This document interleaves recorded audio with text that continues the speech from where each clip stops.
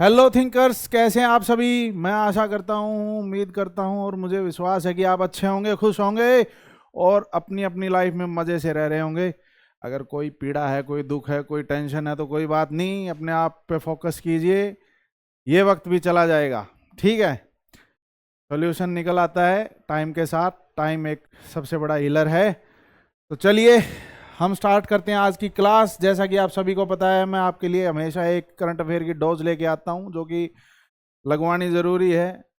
वो एक ऐसा इंजेक्शन है जो हर भूलने की बीमारी को और कम नंबर आने की बीमारी को दूर रखता है आपके एग्जाम्स में।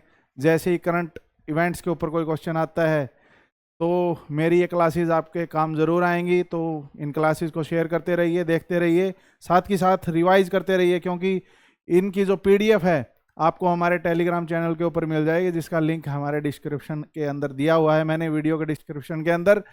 और अगर आप इस चैनल पे नए हैं तो प्लीज़ इस चैनल को शेयर कर दीजिए, सब्सक्राइब कर दीजिए और ये वीडियो बाकी सभी एस्पिरेंट्स तक पहुंचाइए जो कि R&D के अंदर इधर उधर से रिसोर्स कलेक्ट करने में अपना टाइम वेस्ट कर रहे हैं। उनका काम ये मैं कर दे रहा हूँ, वो पढ़ने पर फोकस करें। और स्टार्ट करते हैं आज की न्यूज़ की। दरबार move restored in Jammu and Kashmir. दरबार मूव क्या है कि विंटर और समर में जो है जम्मू कश्मीर की जो कैपिटल है वेदर के हिसाब से चेंज कर दी जाती है।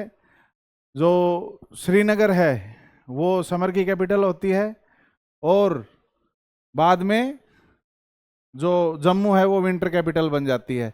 इसको 2021 में इस सिस्टम को सस्पेंड कर दिया गया था, लेकिन इसको रिवाइव कर लिया गया है दोबारा से। और ये 1872 में महाराजा गुलाब सिंह का चलाया हुआ सिस्टम था, क्योंकि वेदर कंडीशंस की वजह से जो है जगह अलग अलग बदलनी पड़ती थी ताकि एडमिनिस्ट्रेटिव काम है उसमें रुकावट ना हो। तो न्यूज़ यही है कि जो बाई एनुअल गवर्नमेंट ट्रेडिशन है उसको रिवाइव कर दिया गया है विंटर 2025 में, जो कि सस्पेंड हो चुकी थी 2021 के अंदर। श्रीनगर जो कैपिटल बन जाती है समर के अंदर, जम्मू जो विंटर कैपिटल बोला जाता है जिसको, ठीक है। ये सिस्टम चलाया था 1872 महाराजा गुलाब सिंह ने। बात करते हैं जम्मू कश्मीर की, तो चीफ मिनिस्टर वहाँ के Omar Abdullah, lieutenant governor obviously क्योंकि क्यूटी है तो एलजी बोला जाएगा, मनोज सिन्हा है वहाँ के। कैपिटल श्रीनगर है समर की, जम्मू है विंटर की। नेशनल पार्क वहाँ पे कौन सा है? Dachigam national park, Hemis national park, Kishtwar national park. Wild life sanctuary वहाँ पे देखते हैं कौन कौन सी है। Overa Aru wild life sanctuary, Gulmarg wild life sanctuary, Nandini wild life sanctuary और Surinsar Mansar wild life sanctuary. ये आप घोट घोट के पी जाएंगे, जैसे आप कोई कॉफ़ी चाय या कोई शेक पीते हैं लाइक वैसे, ठीक है। Global media and information literacy week 2025 minds over AI, MIL मतलब media and information literacy digital spaces. इसमें मेनली जो इनिशिएटिव है इसमें बोला गया है कि आज के इस एआई के दौर में जहाँ पे न्यूज़ को कैसे भी मोल्ड किया जा सकता है, किसी भी इवन ऑडियो विजुअल चीज़ों को भी जो है कॉम्प्रोमाइज़ किया जा सकता है, वो कॉम्प्रोमाइज़ हो सकती हैं। तो न्यूज़ के ऊपर ध्यान देने और ध्यान देते टाइम आदमी को अपनी बुद्धि का इस्तेमाल करना चाहिए, अपना जो इंटेलेक्ट है उसके ऊपर विश्वास करना चाहिए और ताबड़तोड़ में कोई भी रिएक्ट ना करे किसी न्यूज़ के ऊपर। ये सब चीज़ें जो है इस वीक के अंदर सिखाई जाती हैं और इसको ऑब्जर्व किया जाता है। चलिए पढ़ते हैं। MIL वीक 2025 की थीम जो है माइंड्स ओवर एआई। MIL इन डिजिटल स्पेस और एम्फेसाइज करता है ह्यूमन इंटेलिजेंस को, एथिक्स को और जजमेंट को, इसके अंदर AI ड्रिवन इंफॉर्मेशन के अंदर। और ये इवेंट शेड्यूल किया गया है 24 से 31 अक्टूबर 2025 के अंदर कार्टिजिना दी इंडियास, कोलंबिया के अंदर जो है, ठीक है। किसकी पार्टिसिपेशन के अंदर? अलग अलग जो पॉलिसी मेकर आएंगे, एजुकेटर्स आएंगे, रिसर्चर्स आएंगे, मीडिया प्रोफेशनल्स आएंगे और यूथ ऑर्गेनाइजेशंस होंगी। उन पे वो बहस चलेगी, कुछ डिबेट होगी, कुछ आउटकम निकल के आएगा कि कैसे इस केओस काइंड ऑफ एनवायरनमेंट में जहाँ चारों तरफ न्यूज़ है, पता नहीं चल रहा कौन सा AI से बनी हुई चीज़ें हैं, कौन सी जो है फेक है, कौन सी सही है। तो उसके ऊपर थोड़ा सा खुद का जो इंस्टिंक्ट है उसके ऊपर, मेंटल और इंटेलेक्चुअल स्टेटस है उसको कैसे कंट्रोल करना है। फीचर कॉन्फ्रेंस इसमें डिस्कस किया जाएगा एआई का इन्फ्लुएंस इंफॉर्मेशन फ्लो के अंदर। मीडिया इंफॉर्मेशन लिटरेसी जो है वो एबिलिटी देती है कि access ability to access, evaluate, use and create information responsibly. आप न्यूज़ को की एक्सेस आपको मिल ही जाती है तो ऑब्वियसली ठीक है, उसमें तो रिस्पॉन्सिबली क्या ही है, कोई भेजने वाला रिस्पॉन्सिबल होगा तब तो बात बनेगी। अब लेने वाला क्या कर सकता है, वो तो बेचारा स्क्रॉल करेगा और सामने न्यूज़ आ जाएगी। लेकिन वहाँ ड्यूटी आपकी शुरू हो जाती है कि आप रीड और रिएक्ट कैसे करते हो, वो रिस्पॉन्सिबली आपको टैकल करना पड़ेगा, ठीक है। और ये ना यूनेस्को ने सपोर्ट किया है MIL को करिकुलम, पॉलिसी, फ्रेमवर्क और कैपेसिटी बिल्डिंग प्रोग्राम को फोस्टर करके, ठीक है। थीम जो है इसकी किस चीज़ों के ऊपर स्ट्रेस डालती है कि ह्यूमन वैल्यूज़ को मेंटेन किया जाए, क्रिटिकल थिंकिंग को मेंटेन किया जाए और एथिक्स जो है AI ड्रिवन कम्युनिकेशन के अंदर वो सर्वोपरि हो।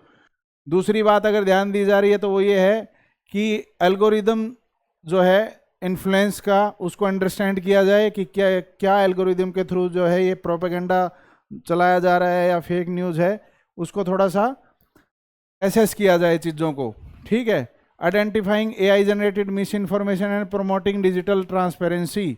जो AI से जनरेटेड जो फेक न्यूज़ है उनको अलग से सेपरेट करके देखा जा सकता है, ठीक है। मतलब देखना है तो क्यों है, लेकिन उनको आइडेंटिफाई किया जा सकता है, आई वुड से, ठीक है। और साथ ही साथ एक डिजिटल ट्रांसपेरेंसी होनी चाहिए। UN जनरल असेंबली ने MIL को 2021 में रिकॉग्नाइज किया था इस वीक को, ठीक है।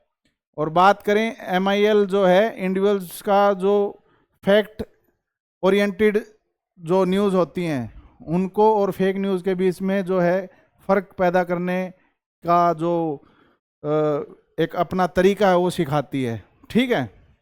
चलिए नेक्स्ट न्यूज़ है अपने लक्ष्मण झूला की।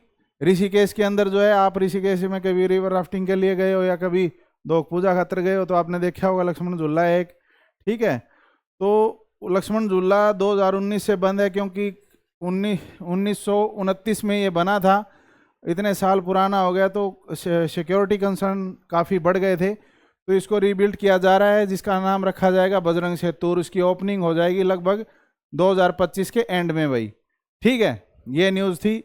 नेक्स्ट न्यूज़ पे हम चलते हैं। इंडियन कोस्ट गार्ड ने अनवील किए हैं 2 indigenous fast patrol vessel Goa shipyard के अंदर। कौन कौन से शिपयार्ड हैं ये, कौन कौन से वेसल हैं ये फास्ट पेट्रोल वेसल जो है? पहला है ICGS अजीत, दूसरा है ICGS अपराजित।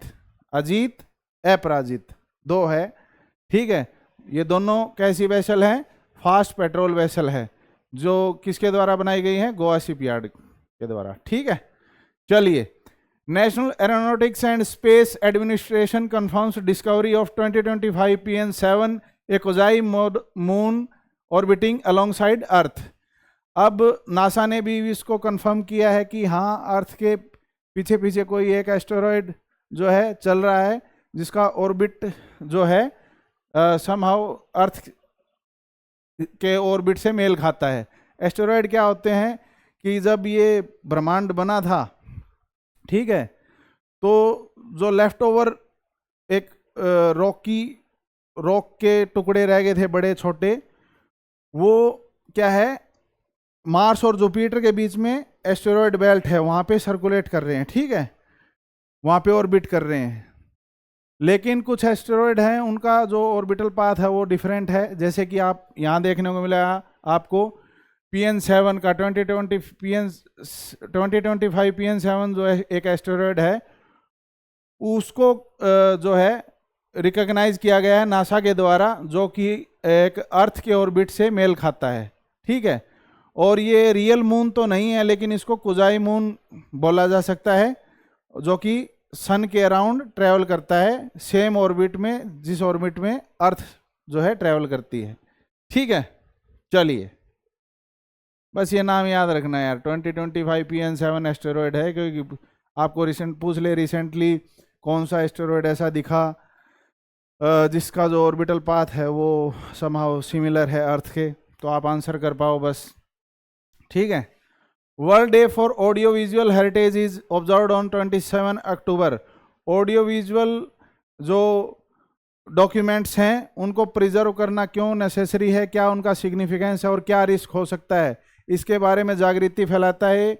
इस चीज़ को ध्यान में रखते हुए हम world day for audio visual heritage day है ऑब्जर्व किया जाता है।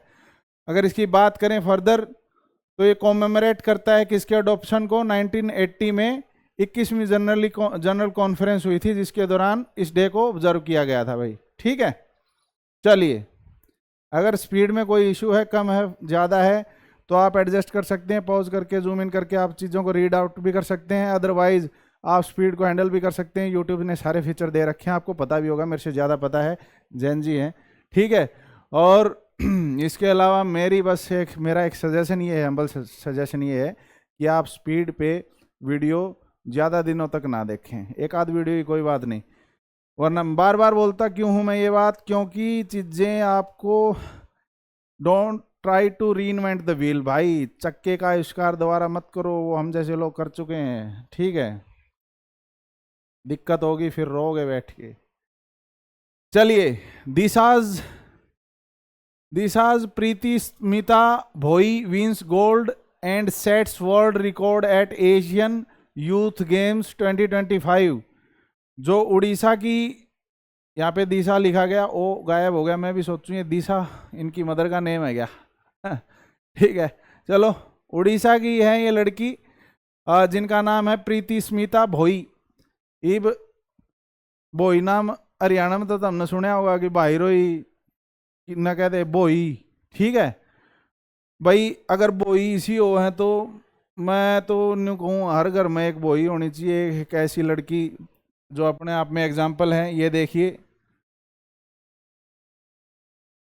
इन्फ्लुएंशियल पर्सनैलिटी, जिन्होंने क्या कर दिखाया कि जो एशियन यूथ गेम्स हो रहे थे 2025 वाले, जो थर्ड एशियन गेम्स हो रहे थे बहरैन के अंदर, उसमें इन्होंने गोल्ड तो जीता ही जीता है, साथ में 16 साल की इस लड़की ने 2 वर्ल्ड रिकॉर्ड बना दिए। एक तो एशियन रिकॉर्ड और एक वर्ल्ड रिकॉर्ड बना दिया है क्लीन एंड जर्क इवेंट के अंदर।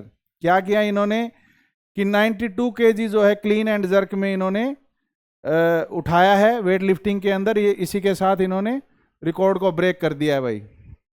ठीक है, और एक phenomenal lift set both Asian and world youth records, making her one of the youngest lifter in history to achieve such a feat at this level। इतनी कम उम्र में एशिया लेवल पे और वर्ल्ड लेवल पे जो है क्लीन एंड जर्क और weight lifting के 44 केजी के कैटेगरी के अंदर ऐसा करने वाली ये लड़की पहली बन गई हैं। कॉन्ग्रेचुलेशंस और बहुत बहुत बधाइयाँ। हमारे लिए गर्व की बात है कि हम लड़कियों को ऐसे रेज कर रहे हैं। इनके पेरेंट्स को बहुत बहुत बधाई, साधुवाद। चलिए, east Timor becomes Asians 11th member. मैं कल परसों तक आपको पढ़ा रहा था कि भैया एशियन कंट्री जो है उनके अंदर 10 मेंबर हैं, लेकिन आज ही देखिए 11वां और जुड़ गया है। ठीक है, जो मलेशिया के अंदर ये समिट चल रही थी, एशियन समिट, ठीक है, कोलालमपुर के अंदर, जहाँ पे हमारे पीएम साहब ने वर्चुअली अटेंड भी की समिट को। मैंने बताया था कि हम एशियन जो ब्लॉक है, इंटरनेशनल ब्लॉक है जो नेशंस का, उसके साथ हमारे स्ट्रेटेजिक पार्टनरशिप की टाइज हैं। ठीक है, हम मेंबर तो नहीं हैं, लेकिन जो ईस्ट तिमोर है वो 11th मेंबर बन गया है भाई इसका। और ये इस स्टेट को, इस नेशन को आज़ादी फुली इंडिपेंडेंस कब हुए थे? 2002 में हुए थे। ठीक है, इनके जो प्रेसिडेंट थे जोस रेमोस होर्ता, उनको नोबेल पीस प्राइज भी मिल चुका है 1996 के अंदर। और एशियन मैंने आपको बताया था कि ये ब्लॉक कब बना था, 1967 के अंदर भाई। चलिए अगली जो न्यूज़ है वो लोकपाल को लेके है। लोकपाल और लोकायुक्त ये ऐसी स्टैट्यूटरी बॉडी, इंडिपेंडेंट बॉडीज हैं जिसमें मतलब आपके मिनिस्टर्स और बाकी जो एग्जीक्यूटिव है ऑफिसर, गवर्नमेंट ऑफिशियल्स को कटघरे में खड़ा किया जाता है। ठीक है, एंटी करप्शन एक एजेंसी है ये, जो कुछ जुडिशरी को जुडिशियल पावर भी रखती हैं। ठीक है, और लोकपाल सेंटर के पर्सपेक्टिव में बोला जाता है लोकायुक्त, स्टेट के सेंटर में बोला जाता है लोकपाल। एंड लोकायुक्त जो एक्ट है उसके द्वारा जो इनका इस्टेब्लिशमेंट हुआ है, देखते हैं क्या न्यूज़ है, क्या मामला है। जो लोकपाल ऑफ इंडिया है एक सिरे की एंटी करप्शन ओम्बड्समैन का काम करता है। ओम्बड्समैन मैंने आपको बताया था ओम्बड्समैन का मतलब क्या है।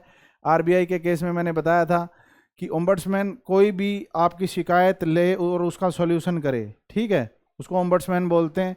तो एंटी करप्शन ओम्बड्समैन का काम करता है लोकपाल इंडिया के अंदर, और ये रिसेंटली स्क्रूटनी के अंदर आ गया है। क्यों कि एक शार्प जो डिक्लाइन देखने को मिला है कंप्लेंट्स के अंदर। जो कंप्लेंट्स 2022 से 23 के बीच में लगभग 2500 थी, वो ओनली 233 बच गई 2025 के अंदर। अब इसके अंदर कई कयास लगाए जा रहे हैं, क्या करप्शन होना बंद ही हो गया कि ओनली 233 केस सीधा इतना शार्प डिक्लाइन देखने को मिल रहा है, या फिर ये सीरियसली लेके ही नहीं चल रहे चीज़ों को। तो ये क्रिटिसिज्म देखने को मिला। साथ BMW की कार जो इन्होंने प्रोक्योर की कि लोग बोलने लगे भाई दूध की रुखाड़ी बिठा दी बिल्ली, ठीक है, बिल्ली को दूध की रुखाड़ी बिठा दिया गया है। अगर जो करप्शन रोकने वाली जो एंटिटी है अगर वो ही अपनी ऐशोआराम की तरफ ध्यान देगी तो मॉरल और एथिकल कंडक्ट में कहीं इशू है उनके, ठीक है। साथ BMW कार जो है प्रोक्योर की गई। अब आप देखिए, आप गवर्नमेंट एम्प्लॉय या गवर्नमेंट एंटिटी के नाम पे कि हम देश की सेवा कर रहे हैं, इसका हवाला दे करके अय्याशी नहीं कर सकते भाई, ठीक है। ठीक है, जो बेसिक नीड्स होती हैं, ट्रैवल ट्रांसपोर्ट वगैरह, रेजिडेंस वगैरह, वो चीज़ें ठीक है, यहाँ तक ठीक है। BMW क्यों लेनी है भाई, और गाड़ी कौन चालती? फिर ये क्या करप्शन को रोकेंगे बताइए। लोकपाल की तरफ बढ़ते हैं कि क्या है ये एक इंडिपेंडेंट स्टैट्यूटरी बॉडी है जो कि बनी थी लोकपाल एंड लोकायुक्त एक्ट 2013 के थ्रू। स्टैट्यूटरी बॉडी क्या होती है कि स्टैट्यूट मतलब लॉ, पार्लियामेंट के अंदर लॉ पास होता है, एक्ट पास होता है, उसके थ्रू ये जो है बनी है। और ये क्या इंक्वायरी करती है, कोई भी करप्शन का चार्ज अगर किसी पब्लिक फंक्शनरी या किसी मिनिस्टर के ऊपर, इवन प्राइम मिनिस्टर के ऊपर भी कोई करप्शन का चार्ज लग जाए तो उसको, उस एलिगेशंस को जो है वो लुक आफ्टर करती है, उसके अंदर इंक्वायरी करती है। हिस्ट्री की तरफ देखा जाए तो जो इंडिया अगेंस्ट करप्शन 2011 मूवमेंट चलाई गई थी अन्ना हजारे द्वारा, उसके बाद से ये एक नैरेटिव स्टार्ट हो गया कि ऐसी कोई एंटिटी, ऐसी कोई बॉडी बननी चाहिए जो शीर्ष पे रह के और जो बड़े बड़े ऑफिशियल्स हैं, मिनिस्टर्स हैं, उनके खिलाफ जो है सुनवाई कर सके, ठीक है।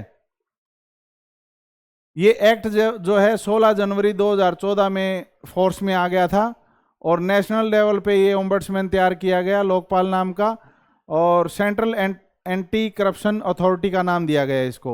लोकपाल जो पहला बना वो मार्च 2019 में बना। देखिए, फोर्स में आ गया था 16 जनवरी 2014 में और बना कब? मार्च 2019 में। मतलब पूत के पापड़ में दिख जा रहा है। आई एम नॉट क्रिटिसाइजिंग, ठीक है, मतलब फिर भी आप किसी का जो कोर कंसेप्ट जो लेके चल रहे हो, मतलब किसी बॉडी को किसी खास काम के लिए तैयार किया जा रहा है और उसके बनने में ही वो काम की जो है नेगलेक्शन जो है दिखने लग जाती है कि आप किसी बॉडी को, जो मिनिस्टर वगैरह और जो बड़े ऑफिशियल्स हैं, कोई भी गवर्नमेंट ऑफिशियल्स हैं, या फिर इवन गवर्नमेंट एडिड जो एंटिटीज हैं, उनके अंदर अगर कोई करप्शन हो रहा है तो उनको, उनकी सुनवाई कहाँ होगी? लोकपाल के अंदर। लेकिन लोकपाल को बनने में ही लफड़ा हो जाए तो वही बात होगी, वो पानी मिले सागर में, सागर मिले कौन से जल में कोई जाने ना, ठीक है। वही बात है। 14 में फोर्स में आया, लेकिन बना कब? 2019 में। एक तरीके से ट्रांसपेरेंट गवर्नेंस के लिए बनाया गया था। और बात करें इसकी मेंबर्स और कंपोजिशन की, तो इसके चेयरपर्सन है जो फॉर्मर सुप्रीम कोर्ट जज जस्टिस AM खानविलकर, अब तक एज ऑफ 2025, मतलब 2025 में यही है अब तक चेयरपर्सन। मेंबर 7 हैं टोटल, जिसमें 4 जुडिशियल हैं, 3 नॉन जुडिशियल हैं। बात करें अपॉइंटमेंट की, तो अपॉइंट कौन करता है इनको? By the president of India on the recommendation of selection committee जिसके अंदर सिलेक्शन कमेटी के अंदर कौन होता है? Prime minister, speaker of Lok Sabha और leader of opposition, chief justice of India, और जो एमिनेंट ज्यूरिस्ट हैं, जो बहुत ही जिनका एक्सपीरियंस ज़्यादा हो चुका है और सीनियर ज्यूरिस्ट हैं, उनको रखा गया है।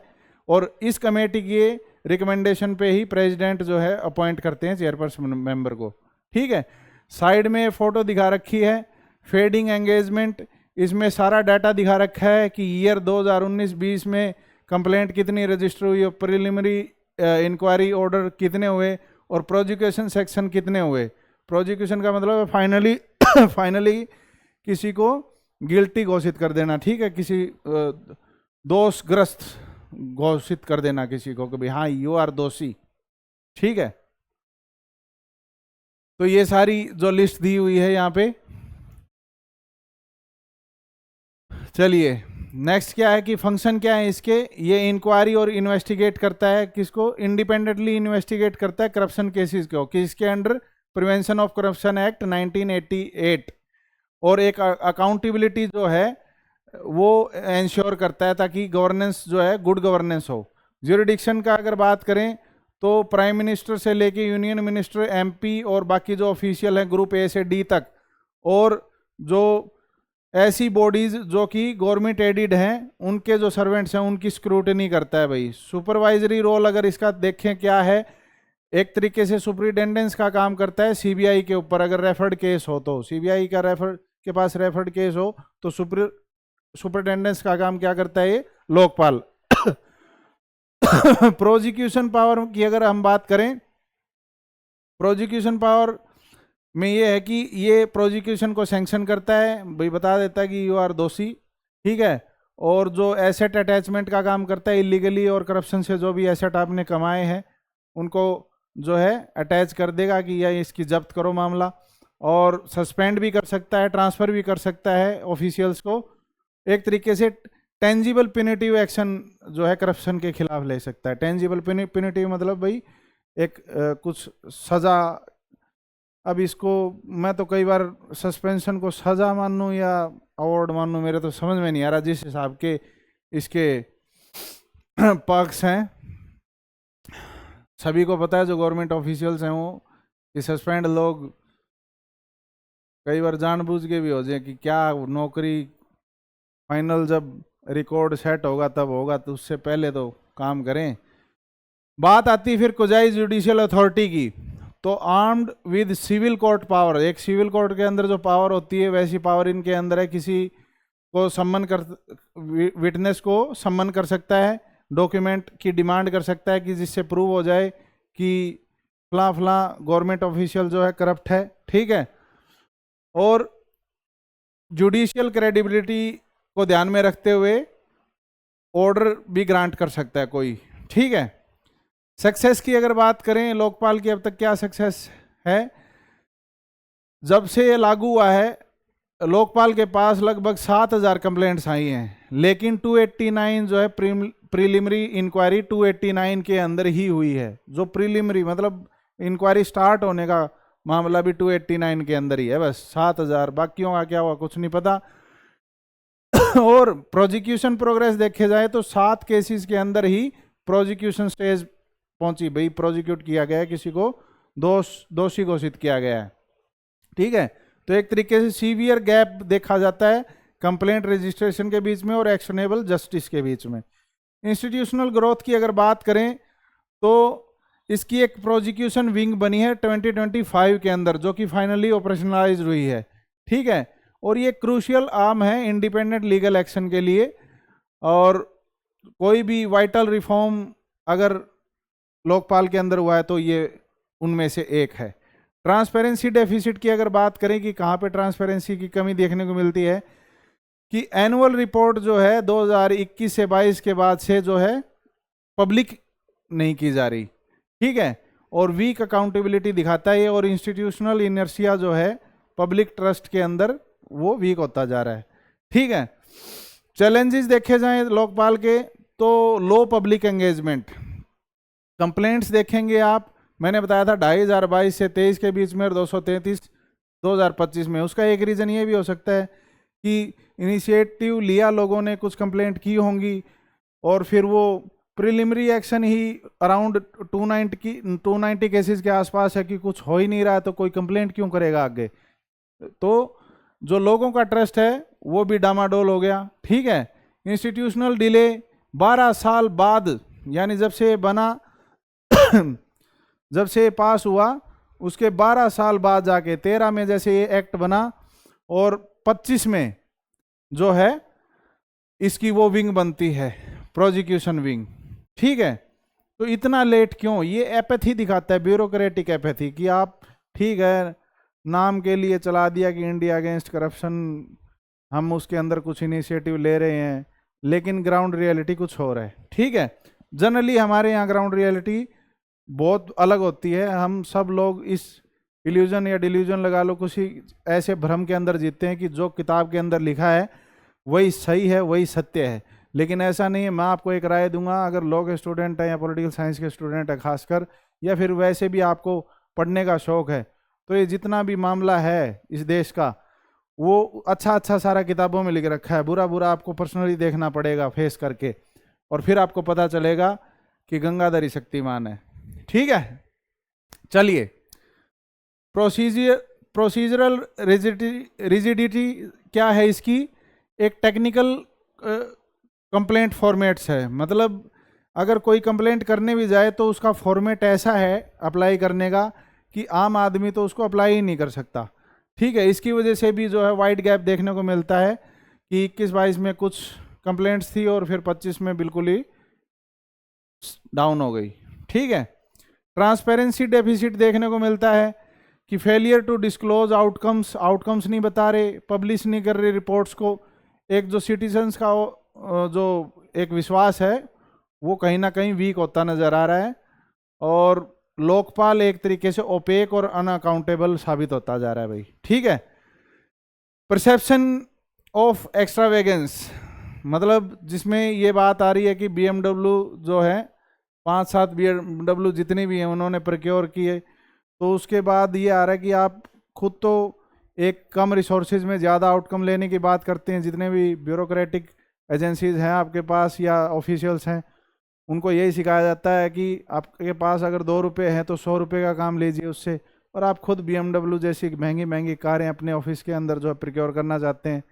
तो मतलब ये तो कॉन्ट्राडिक्टरी स्टेटमेंट होगी, आपकी मेंटेलिटी ही वैसी नहीं लग रही। एक तरीके से मोरल लेजिटिमेसी जो है वो धीरे धीरे उसको घून लगता जा रहा है, खराब होती जा रही है। चलिए, इसमें आगे आप लिख भी सकते हो, अगर आप ये भी सोचते हो कि क्या क्या रिफॉर्म्स होने चाहिए और अच्छी बात क्या है। अच्छी बात यही है कि ये बना तो कम से कम, अब हमारा भी कुछ कर्तव्य बन जाता है कि इसको दुरुस्त करने के लिए, मतलब जो चीज़ बन गई है एटलीस्ट उसको जिंदा और स्वस्थ रखने के लिए ही सही लोग भी प्रयास करते रहें। ठीक है, गार्बेज कैफे की बात करें तो PM साहब की जो मन की बात प्रोग्राम है उसमें उन्होंने प्रेज किया है एक इनोवेटिव इनिशिएटिव को, गार्बेज कैफे जिसका नाम है, जो कि अंबिकापुर म्युनिसिपल कॉरपोरेशन छत्तीसगढ़ द्वारा चलाई गई है। इसमें क्या किया उन्होंने MC ने, म्युनिसिपल कॉरपोरेशन ने, कि आप प्लास्टिक का जो कचरा है वो दीजिए उनको और बदले में आपको फूड दिया जाएगा। ठीक है, मतलब एक तीर से दो निशाने, मतलब प्लास्टिक जो है वो भी उस कहीं फैला होगा तो वो साफ हो जाएगा, और जो नीडी लोग हैं जिनको फूड की जरूरत है उनको फूड मिल जाएगा। चलिए, महामेडटेक मिशन, ये क्या है? जो अनुसंधान नेशनल रिसर्च फाउंडेशन है NRF, उसने कोलैबोरेशन किया है ICMR के साथ और बिल गेट्स और मेलिंडा गेट्स की जो फाउंडेशन है उसके साथ। उन्होंने ये लॉन्च किया है महामेडटेक मिशन। किस चीज़ के लिए? इंडिया का मेडिकल टेक्नोलॉजी इकोसिस्टम को बूस्ट करने के लिए। चलिए हम थोड़ा पढ़ते हैं इसके बारे में कि ये क्या है। जो हाई इम्पैक्ट एरिया है, advancement in high impact area, जिसको महा बोला गया है, MedTech is a national initiative to accelerate. ये एक तरीके से नेशनल इनिशिएटिव है किसको अपग्रेड करने के लिए, इनोवेशन को, मैन्युफैक्चरिंग को, कमर्शलाइजेशन, जो कि कटिंग एज मेडिकल टेक्नोलॉजी है इंडिया की, उनको एनहांस करने के लिए जो है ये इनिशिएटिव लिया गया है। ठीक है, नेक्स्ट। अब आप सोचो कि ये क्या न्यूज़ थी, कहाँ आ सकती है। जनरली आपसे ये भी पूछा जा सकता है कि महामेडटेक मिशन के अंदर कौन कौन सी एंटिटी जो है वो शामिल है। देखिए, आपको क्वेश्चन खुद को एक बार फ्रेम करने पड़ेंगे। आप न्यूज़ पढ़ो या बुक पढ़ो, कोई भी रिसोर्स पढ़ो, आप जब तक आपके अंदर क्वेश्चन बिल्डिंग की कैपेबिलिटी नहीं होगी तो आप लाइफ में भी दिक्कत में रहोगे। आप क्वेश्चन जब समाज से पूछोगे, गवर्नमेंट से पूछोगे, तो खुद से भी पूछिए, और जो रीड आप कर रहे हो चीज़ उससे भी पूछिए, और उस हिसाब से उनके आंसर ढूंढिए। ठीक है। नेक्स्ट क्या है? साइक्लोन मोंथा। साइक्लोन मोंथा जो है आंध्र प्रदेश और उड़ीसा के आसपास, जो एमडी है मीटियोरोलॉजिकल डिपार्टमेंट, उसने हाई अलर्ट जारी कर दिया गया है। ठीक है, वो बोल रहे हैं कि जो कलिंगापट्टनम और मछलीपट्टनम है काकीनदा के पास, वहाँ एक साइक्लोन जनरेट हो रहा है, जो कि एक ट्रॉपिकल साइक्लोन है। ट्रॉपिकल साइक्लोन मतलब जो भी ट्रॉपिकल ओशन है उसके ऊपर जब साइक्लोन बनता है। ट्रॉपिकल ओशन कौन से हैं? कि जो ट्रॉपिक ऑफ कैंसर और ट्रॉपिक ऑफ कैप्रिकॉर्न के बीच में जितने ओशन एरिया आता है उनको क्या बोलते हैं? ट्रॉपिकल रीजन बोलते हैं भाई। और ये south east bay of Bengal के ऊपर ये साइक्लोन बन रहा है मोंथा, और लगभग इंटेंसिफाई हो जाएगा। सीवियर साइक्लोनिक स्टॉर्म एक तरीके से बन रहा है। साइक्लोन कैसे बनता है ये मैंने आपको बता दिया कि लो प्रेशर एरिया जो है जनरेट हो जाता है जब वार्म वाटर के ऊपर से जो एयर है राइज होने लग जाती है, तो सेंटर में जो है लो प्रेशर एरिया क्रिएट हो जाता है। ठीक है, ये बस बात थी कि साइक्लोन मोंथा क्या है, कहाँ है। ठीक है, ये बताना था, ये ट्रॉपिकल है या सब ट्रॉपिकल है, ये चीज़ें याद रखने की है। चलिए, क्रायोडिल। क्रायोडिल क्या है? ये एक तरीके का की टेक्निक है बफलो सीमेन प्रिजर्वेशन की। तो इसमें क्या है? एग योक फ्री सीमेन जो है उसको प्रिजर्व किया जा सकता है लॉन्ग ड्यूरेशन के लिए। ठीक है, और उसकी फर्टिलिटी और मोटिलिटी जो है दोनों बरकरार रहेंगी इस दौरान। और डेवलप किसने किया है क्रायोडिल को? Develop by scientist at the national institute of animal nutrition physiology, इसके अंडर, जो कि Indian council of agriculture research के अंडर है, बेंगलुरु के अंदर। ठीक है, क्रायोडिल एक बफलो सीमन प्रिजर्वेशन का नाम है, और इसमें जो स्पर्म की मोर्टेलिटी और फर्टिलिटी जो है वो हाई रहती है काफ़ी लंबे टाइम तक। और जिसने डेवलप किया है वो एजेंसी है NIANP, जो कि किसके अंडर आती है? ICR के अंडर। चलिए, इसके बाद आता है राष्ट्रीय विज्ञान पुरस्कार। रिसेंटली जो है गवर्नमेंट ऑफ इंडिया ने अनाउंस किया है सेकंड एडिशन किसका? राष्ट्रीय विज्ञान पुरस्कार का, जिसमें 24 इंडिविजुअल साइंटिस्ट को और एक टीम को, वन टीम को एक्सीलेंस अवार्ड दिया जाएगा साइंस और टेक्नोलॉजी के अंदर, 4 कैटेगरी के अंदर भाई। ठीक है, वो क्या है हम देख लेते हैं। 2025 का जो राष्ट्रीय विज्ञान पुरस्कार वो किसको मिला है? विज्ञान रत्न जो एक कैटेगरी है वो मिली प्रोफेसर जयंत विष्णु नार्लिकर को, फिजिक्स के अंदर, पोस्टमसली, मरने के बाद। ठीक है, विज्ञान टीम जिसे एक टीम को मिला है वो क्या है? Team aroma mission CSIR, agricultural sciences के लिए। बात करें राष्ट्रीय विज्ञान पुरस्कार की, तो ये लॉन्च हुआ था 2023 के अंदर, और इसको ये एक यूनिफाइम और एलिवेटेड जो फॉर्म है, पहले से जो एक पुरस्कार चल रहा था शांति स्वरूप भटनागर। शांति स्वरूप भटनागर एक साइंस के फील्ड का ही पुरस्कार था, उसको डिमोलिश करके जो है ये राष्ट्रीय विज्ञान पुरस्कार बना दिया। और बाकी के भी जो अलग अलग अवार्ड्स की कैटेगरी थी जो साइंस के फील्ड में दिए जाते थे उनको भी डिमोलिश करके एक सिंगल एंटिटी बना दी गई अवार्ड देने की साइंस के फील्ड में।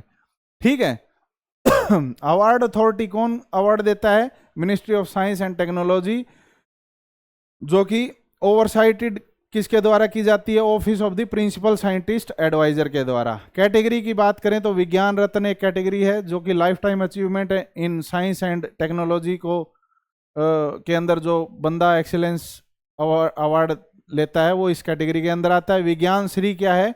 रिसेंट डिस्टिंग्विश्ड साइंटिफिक कॉन्ट्रीब्यूशन, पिछले कुछ सालों में साइंस के फील्ड के अंदर कुछ अलग ही कारनामा किया उसको विज्ञान श्री अवार्ड मिलता है। विज्ञान युवा क्या है? Shanti Swarup Bhatnagar, for scientist below 45 years. ठीक है, विज्ञान टीम एक कोलैबोरेटिव टेक्नोलॉजिकल इनोवेशन, अगर रिसर्च किसी ने की है तो पूरी टीम को अवार्ड दिया जाता है। मैक्सिमम 56 अवार्ड पर साल दे सकते हैं, पर ईयर दे सकते हैं। इसके फीचर क्या है? कोई कैश कंपोनेंट नहीं दिया जाता, बस एक ये इज्जत का प्रतीक है, जैसे कि पद्म श्री, पद्म विभूषण जैसे अवार्ड जो हैं उनके अंदर होता है कि उनके अंदर जो है इज्जत एक लग जाती है साथ में, ठीक है। घरा भेर भी को नहीं होती, कदे चक्रा में रह रहे हो। सिलेक्शन प्रोसेस, राष्ट्रीय विज्ञान पुरस्कार एक कमेटी है जिसको प्रिंसिपल साइंटिफिक एडवाइजर जो है चेयर करते हैं, ठीक है। और जो सेक्रेटरी है साइंटिफिक डिपार्टमेंट और एकेडमी मेंबर्स के, वो इसके मेंबर होते हैं। वो जो है रिकमेंड करती हैं अलग अलग अवार्ड कैटेगरी के अंदर कौन बंदा नॉमिनेट होगा। बैकग्राउंड देखा जाए तो ये 2022 के बाद बना है और found numerous departmental award like SSB prize इसमें, और recommended consolidation into national level. और ये ज़्यादा याद रखने की जरूरत नहीं है बस। Award national science award in India, purpose क्या है? कंट्रीब्यूशन अगर किसी का साइंस के अंदर और इनोवेशन के अंदर हो तो उसको प्रेज करना चाहिए यार, वरना बेचारा ऐसे ही डिप्रेशन में चला जाएगा। प्रोड्यूसर क्या है? पहले कौन सा मिलता था award? The Shanti Swarup Bhatnagar prize, जो कि 1958 में जो स्टार्ट हुआ था। ये इससे पहले ये कैटेगरी थी, ठीक है, और ये प्रीमियर साइंस अवार्ड के अंदर आता था। अब इसको तब्दील कर दिया गया, जैसे कि मैंने बता दिया, यूनिफाई कर दिए सारे अवार्ड्स को और राष्ट्रीय विज्ञान पुरस्कार बना दिया गया है, ताकि ज़्यादा झंझट ना हो, आपको भी याद करने में आपका सिलेबस ना बढ़े कि एसएसबी वाला कौन सा अवार्ड है, आरवीपी वाला कौन सा अवार्ड है, नेशनल कौन सा अवार्ड है, इंटरनेशनल कौन सा अवार्ड है, नोबल कौन सा अवार्ड है, इतना क्यों पंचायत करनी है, ठीक है। सिग्निफिकेंस क्या है कि विकसित भारत 2047 को विजन में देखते हुए, मतलब जो नए नए कैंडिडेट साइंटिफिक जो एनवायरनमेंट के अंदर आ रहे हैं उनको प्रोत्साहन देने के लिए काम किया जा रहा है, ठीक है। चलिए, आज के मुख्य समाचार यहीं समाप्त होते हैं। मैं आशा करता हूं कि आपको मैं अच्छे से समझा पाया। अगर कोई आपका डाउट है तो नीचे कमेंट बॉक्स में कमेंट करके आप बता सकते हैं। अगर आपका कोई एजुकेशनल स्ट्रेटेजी को लेके कोई और दिक्कत आपको आ रही है तो आप हमें डीएम भी कर सकते हैं व्हाट्सएप पे, जिसका नंबर हमारी चल रही नीचे पट्टी के ऊपर दिया गया है, व्हाट्सएप नंबर हमारा। और इसके अलावा मैं आपसे यही रिक्वेस्ट करूंगा कि जैसे मैं आपको सपोर्ट करने की कोशिश कर रहा हूं, मेरा टाइम दे के, और कोशिश कर रहा हूं कि आपके साथ बिल्कुल क्रूशियल और बिल्कुल वेल फिल्टर्ड जो कंटेंट है मैं आपके साथ शेयर करूं, ताकि आपकी कामयाबी के अंदर हमारा भी कुछ योगदान हो। लाइकवाइज आपका भी फ़र्ज़ बनता है, मोरल ड्यूटी बनती है कि आप हमारा सपोर्ट करें। इस चैनल को जितना हो सके ज़्यादा से ज़्यादा शेयर कीजिए और बाकी एस्पिरेंट्स के साथ जो है इसकी चर्चा कीजिए, ताकि आने वाले दिनों में हमारी एक फैमिली तैयार हो जो सब मिलके एक दूसरे के साथ कामयाब होने की सोचें, ठीक है। Thank you very much thinkers for watching us. मिलते हैं नेक्स्ट क्लास के अंदर नए टॉपिक के साथ, तब तक टाटा, गुड बाय।